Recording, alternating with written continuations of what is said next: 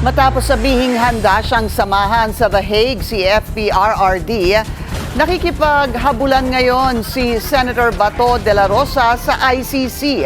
Tila tiklop din siya sa kanyang hamon kay dating Senador Antonio Trillanes. Yan ang agenda report ni Joash Malimban.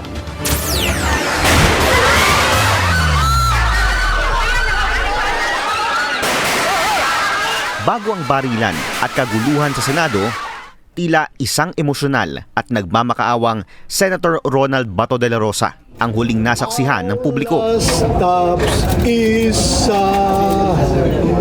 Habang nagtatago sa ilalim ng protective custody ng bagong Senate leadership. Huwag niya akong ipadala sa dahil. Yun lang naman.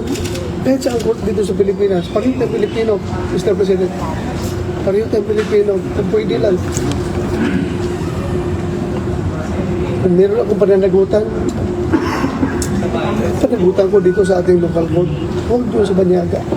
Kasunod yan ng kumpirmasyon ng paglabas ng ICC warrant of arrest para kay De La Rosa bilang co-conspirator ni former President Rodrigo Duterte sa kanyang war on drugs.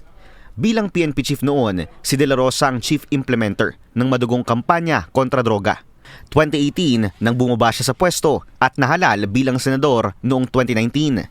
Sa mga panahong umuugong pa lang ang mga usaping ipaaresto na rin siya ng ICC, matapang ang mga naging pahayag ni De La Rosa. Hinamon pa niya noon ang kilalang Duterte critic na si former Senator Antonio Trillanes. Go ahead, make my day, Mr. Trillanes! Biyan mo! Sige ka lang dyan ng ICC. Sige! Go ahead! Kahit sumama ka pa, mag-serve ng warrant. Sumama ka, ikaw may sumungkusa sa akin. Pero nang sumulpot si Trillanes bitbit ang ICC warrant, nag-iba ang tono ni Senator Bato. Antonio Trillanes and some NBI operatives are still at the library, Mr. President. May I move that the Sergeant at Arms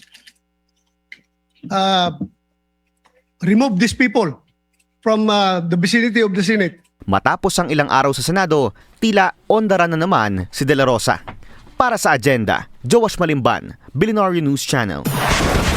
Mag-follow sa aming mga social media accounts at mag-subscribe sa aming YouTube channel para sa pinakahuli at eksklusibong mga balita.